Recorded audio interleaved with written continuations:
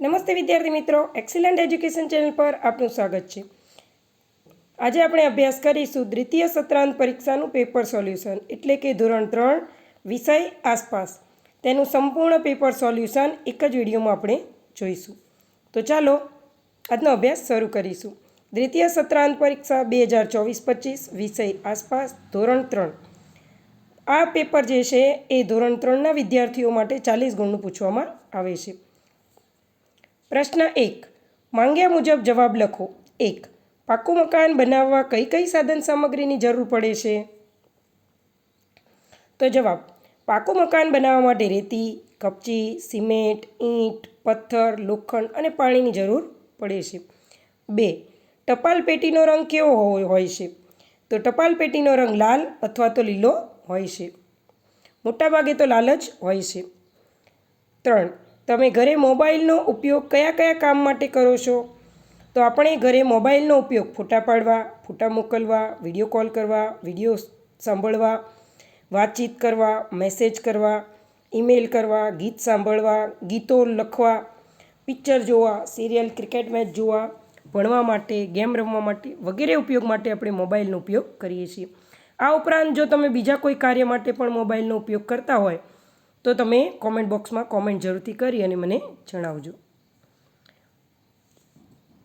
તેના અથવામાં છે post office આપણને કયા કયા કામમાં ઉપયોગી છે? તો જવાબ, પોસ્ટ ઓફિસ આપણને ટપાલ મોકલવા, મની ઓર્ડર કરવા, પાર્સલ મોકલવા, રાખડી કે કંકોત્રી મોકલવા, રૂપિયા જમા ઉપાડ કરવા, રૂપિયાની બચત કરવા માટે, ટેલિફોન લાઇટ બિલ ભરવા માટે અને હવે અત્યારના સમયમાં તો પોસ્ટ ઓફિસમાં આધાર કાર્ડ લિંક અને KYC પણ કરવામાં આવે છે। પ્રશ્ન 2, ટૂંકમાં જવાબ લખો।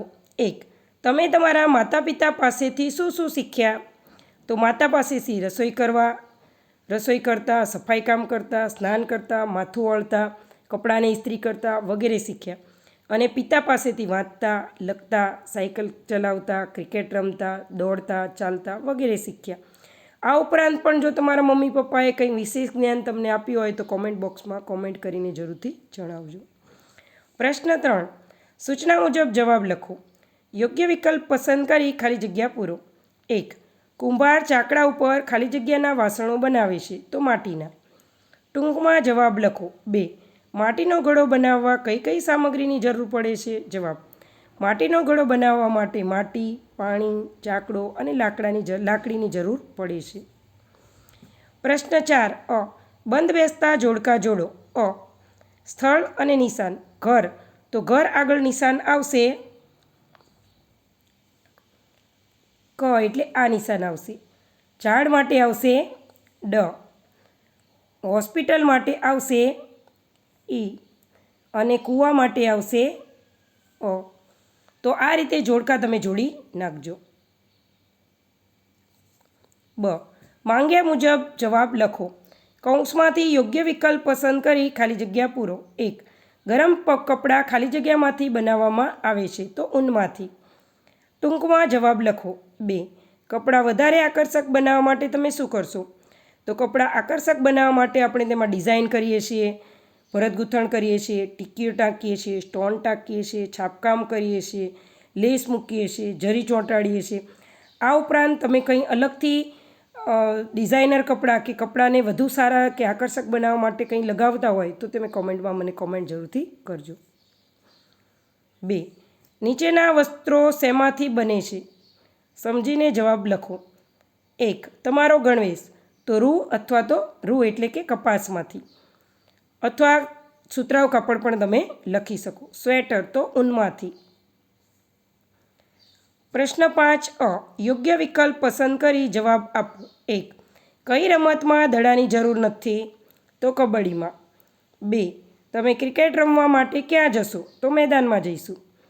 બ, ટૂંકમાં જવાબ લખો। 1, રમત રમતી વખતે તમે શું શું ધ્યાન રાખશો? જવાબ, રમત રમતી વખતે આપણે શું ધ્યાન રાખશું?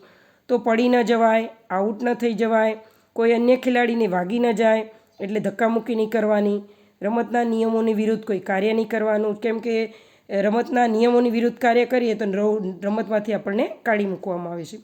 તો આ બધી બાબતોનું આપણે ધ્યાન રાખીએ છીએ। આ ઉપરાંત બીજી પણ કોઈ ધ્યાનમાં રાખવાની બાબત રહી ગઈ હોય તો તમે મને કોમેન્ટમાં જરૂરથી જણાવજો. પ્રશ્ન 6 મને ઓળખો. 1. મારો સંગ્રહ મધપુડામાં થાય છે તો મધ. 2. હું પાણીનો મુખ્ય સ્ત્રોત છું તો વરસાદ. તો વિદ્યાર્થી મિત્રો, અહીંયા તમે ખાસ ધ્યાન રાખજો કે આ અમુક પ્રશ્ન જે છે ભલે ધોરણ 3માં પૂછાયેલા હોય પણ CETની પરીક્ષામાં પણ પૂછાઈ શકે તેવા છે. તો જો આ વિડીયો ધોરણ 5ના કે 4ના વિદ્યાર્થીઓ જોઈ રહ્યા હોય તો તે પણ વ્યવસ્થિત ધ્યાન રાખીને વિડીયો જોવે અને પ્રશ્નોના જવાબ પાકા કરી લે, જેથી કરીને તમે CETની પરીક્ષામાં પાસ થઈ શકો અને હોસ્ટેલ કે સ્કોલરશિપની સુવિધા મેળવી શકો. અલગ પડતો શબ્દ ચેકી નાખો. 1. જામફળ, નારંગી, લસણ અને કેરી. તો જામફળ, નારંગી અને કેરી ફળ છે, જ્યારે લસણ જે છે રસોડામાં શાકભાજીમાં વપરાય છે, એટલે કે લસણ અલગ પડે છે. બીજું, બટેટા, કોબીજ, ઘઉં અને રીંગણા. તો બટેટા, કોબીજ અને રીંગણા શાકભાજી છે, જ્યારે ઘઉં અનાજ છે, એટલે અલગ કોણ પડે? અનાજ. પછી 3. તળાવ, ડુંગળી, નદી અને કૂવો. તો તળાવ, કૂવો અને નદી ત્રણેય પાણીના સ્ત્રોત છે, જ્યારે ડુંગળી જે છે શાકભાજીમાં આવે, એટલે ડુંગળી જે છે અલગ પડે છે. ટૂંકમાં જવાબ લખો. 1. તમે રસોડામાં કયા કયા કાર્યોમાં મદદ કરો છો? તો જવાબ: ચા, કોફી બનાવવા, શાક સમારવા, શાક બનાવવા, લોટ બાંધવા, રોટલી વણવા, પાપડ શેકવા, પાણી ગરમ કરવા, પાણી ભરવા, રસોડું સાફ કરવા, આ બધી જગ્યાએ રસોડામાં મદદ કરીએ છીએ. સવિસ્તાર જવાબ લખો. 1. તમે તમારા ઘરે પાણીનો સંગ્રહ શેમાં કરો છો? તો આપણે આપણા ઘરે પાણીનો સંગ્રહ ગોળો ભરીને કરીએ છીએ, બેડું ભરીએ છીએ, ટાંકી ભરીએ છીએ, ટીપડું ભરીએ છીએ, હોજ ભરીએ છીએ, ડોલ ભરીએ છીએ. અહીંયા ડોલ કરી નાખજો. ડોલ ભરીએ છીએ વગેરે રીતે આપણે પાણીનો સંગ્રહ કરીએ છીએ. આ ઉપરાંત ઘણા વ્યક્તિઓ આજના સમયમાં પાણીની તંગીના કારણે ઘણા ભૂગર્ભ ટાંકી પણ બનાવે છે અને ભૂગર્ભ ટાંકીમાં પણ વરસાદના પાણીનો સંગ્રહ કરવામાં આવે છે. 2. તમે શાળામાં પાણીની બચત કરવા શું કરશો? તો જવાબ: શાળામાં પાણીની બચત કરવા માટે આપણે નળ ટપકતો હોય તો બંધ કરીશું. વાસણ સાફ કરેલું પાણી બગીચામાં પાશું. પીવાના પાણીની બોટલનું પાણી જો વધી જાય તો ફૂલ છોડને પાશું. અને પાણી પીવું હોય તેટલું જ લઈશું. તો આ રીતે આપણે પાણીનો બચત કરી શકીએ છીએ. પ્રશ્ન 7. સૂચના મુજબ જવાબ લખો. ખાલી જગ્યા પૂરો. 1. ઘરની ચોકી ખાલી જગ્યા પ્રાણી કરે છે તો કૂતરો.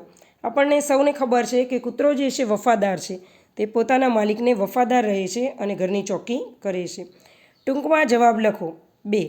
તમે તમારા પાલતુ પ્રાણી માટે શું કરો છો? જ્યારે એ તરસ્યું હોય ત્યારે પાણી પાશું, ઠંડી લાગે ત્યારે ઢાબળો ઓઢાડશું અથવા તો બંધ રૂમમાં રાખીશું. પ્રશ્ન 8. નીચે આપેલ નકશાના આધારે પ્રશ્નોના જવાબ લખો. અહીંયા જે છે બોટાદ જિલ્લો છે, જમણી બાજુ બરવાળા, ડાબી બાજુ બોટાદ આપેલું છે. 1 અને 2. 1. ઉપરના નકશામાં કયા જિલ્લાના તાલુકા દર્શાવેલા છે? તો જવાબ: ઉપરના નકશામાં બોટાદ જિલ્લાના તાલુકા દર્શાવેલા છે. 2. ઉપરના નકશામાં દર્શાવેલ બોક્સ ખાનામાં તમારા જિલ્લાના 2 તાલુકાના નામ લખો. તો ગઢડા અને રાણપુર. એ સિવાય તમે 1 અને 2, તો આપણા બોટાદ જિલ્લાના મુખ્યત્વે 4 તાલુકા છે: ગઢડા, બોટાદ, રાણપુર અને બરવાળા. તો બોટાદ અને બરવાળા આપેલું છે, એટલે જવાબ આવશે ગઢડા અને રાણપુર.